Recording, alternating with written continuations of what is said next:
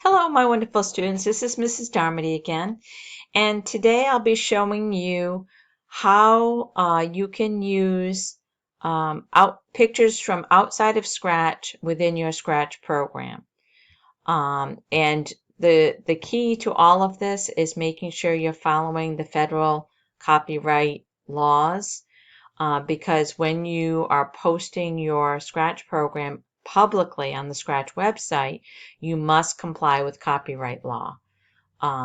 So we want to make sure we're not violating that. So just as to get us started here, I've already put a picture in here from outside of Scratch, and I always tell students that we don't necessarily have to follow the APA or MLA format. The most important thing is to tell me exactly where that picture came from. And we need to remember that when we find a picture or an image through Google search, Google is definitely not the citation, because Google is just your search engine to help you find information and to help you find images. So in this case, we just give a description, puppy image from, and I always say just put a colon. And then once you put that colon, you hit your enter key to go down to a new line, and then you're simply copying and pasting the website address from the website it came from right into this box. Very simple. So let's start the process.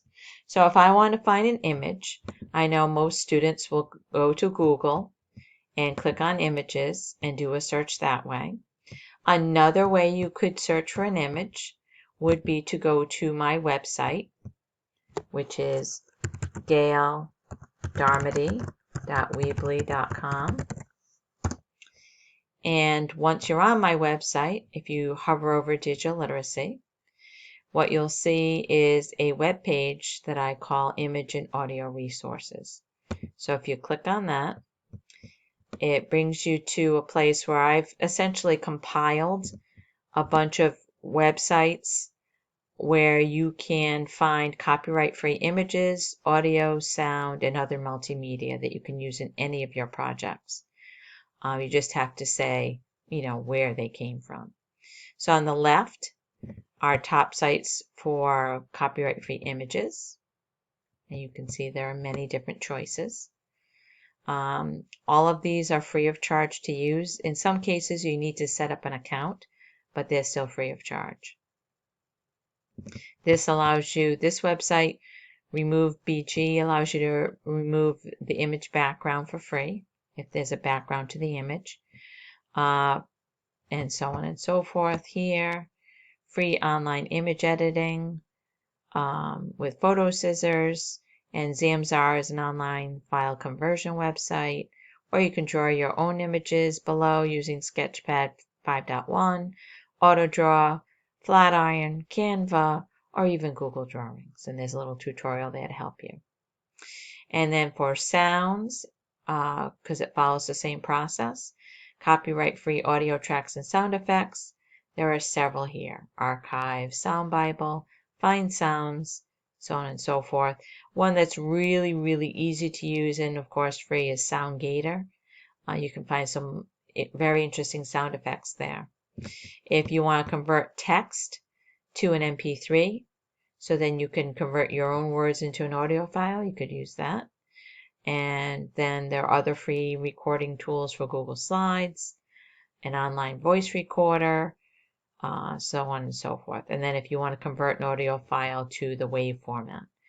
Typically, if you want to use an audio file in Scratch, you can use the WAV format or the MP3 format.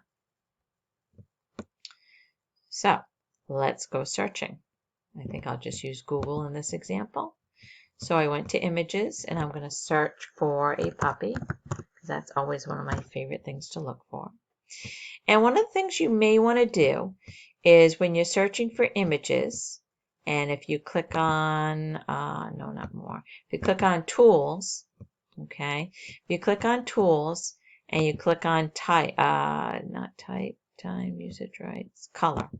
If you click on the down next to color, if you want to try to make sure you find an image that doesn't have a background to it, you may want to, remember, go to tools and go to color and choose transparent.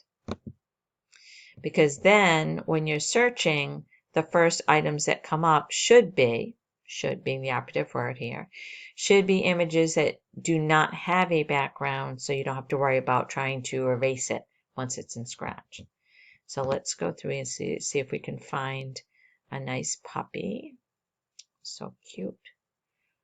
Cute little puppies. Oh, look at that. Oh, little tongue. All right. So maybe I'll try that one. So if I click on that website, and there's that little image. So the key here is, number one, is this free to use? Most likely it is. Number two, is it a website that we can copy and paste a website? Yes, it is. So let's highlight that website. Control C like in cat to copy it. Now, the other thing is this an actual image or is it a web page document? Because if it's a web page document, you won't be able to use it in Scratch. So we come down to the image. We right click on the image. It does say save image as, so that would lead me to believe that it is in fact an image file. So I'm going to click on that. And sure enough, it is. Notice it says PNG image, so that's fine. It could also be a JPEG image, which would be JPEG or JPG. So if it's a PNG image or if it's a JPEG image, it will work in Scratch. And now I'm going to throw this onto my desktop. When you're on your Chromebook, it should automatically go to either your downloads or to your recent files. That's usually the best way. So I'm going to leave it as the name Puppy. You usually want to keep it a simple name. It will be easier to work with in Scratch. So I'm going to save it. And there it is. So now I need to go back into my Scratch project and I need to go down. I'm going to hit enter. I'm going to say puppy with tongue, because his tongue was hanging out, image from colon. Then I hit enter to go to a new line. Control V like in Victor to paste in the website where that picture came from. I always advise students to do the citation, complete the citation first before you actually put the picture into your project. That way you're less likely to forget to do it, because that's a common thing that happens with students is they forget to do citations. And then later on when they're trying to find where they got the picture from, it becomes a nightmare. Okay, so now we're going to go inside. And the picture, I can either upload it as a sprite, or I could upload the image as a background, depending on how I want to use it.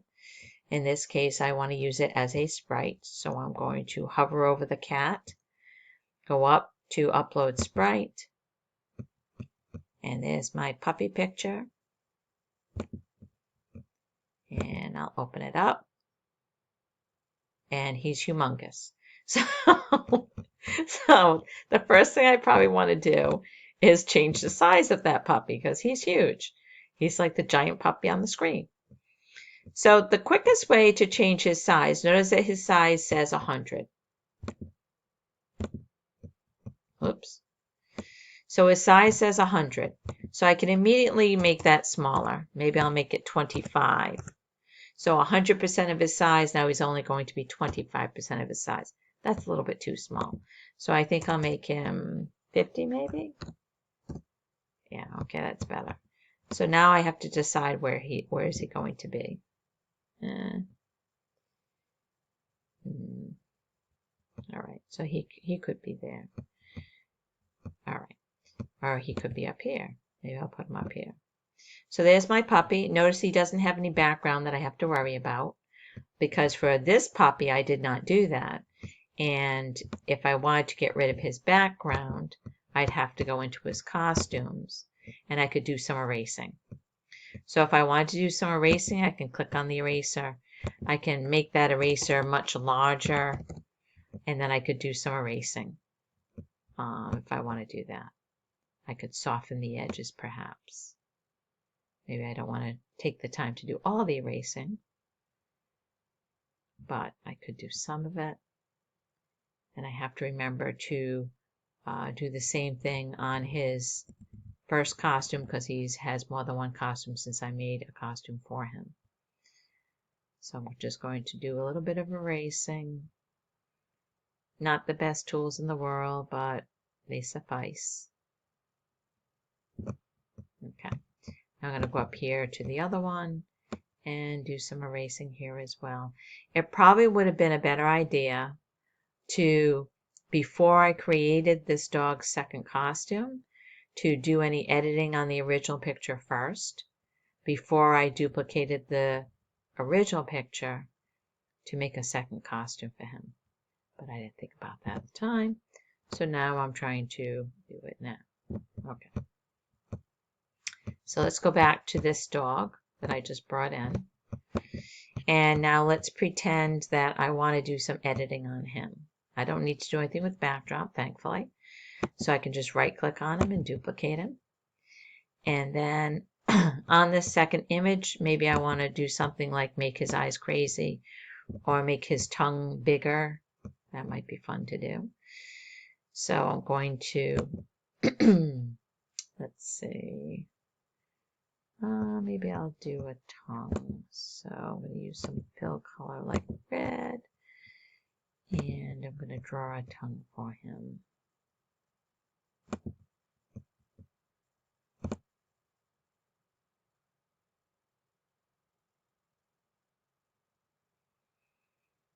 And I'm just using my paintbrush to draw a simple tongue.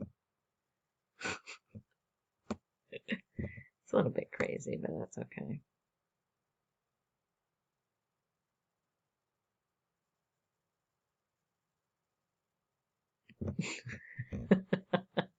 Maybe I'll do crazy eyes too. I like to do the crazy eyes.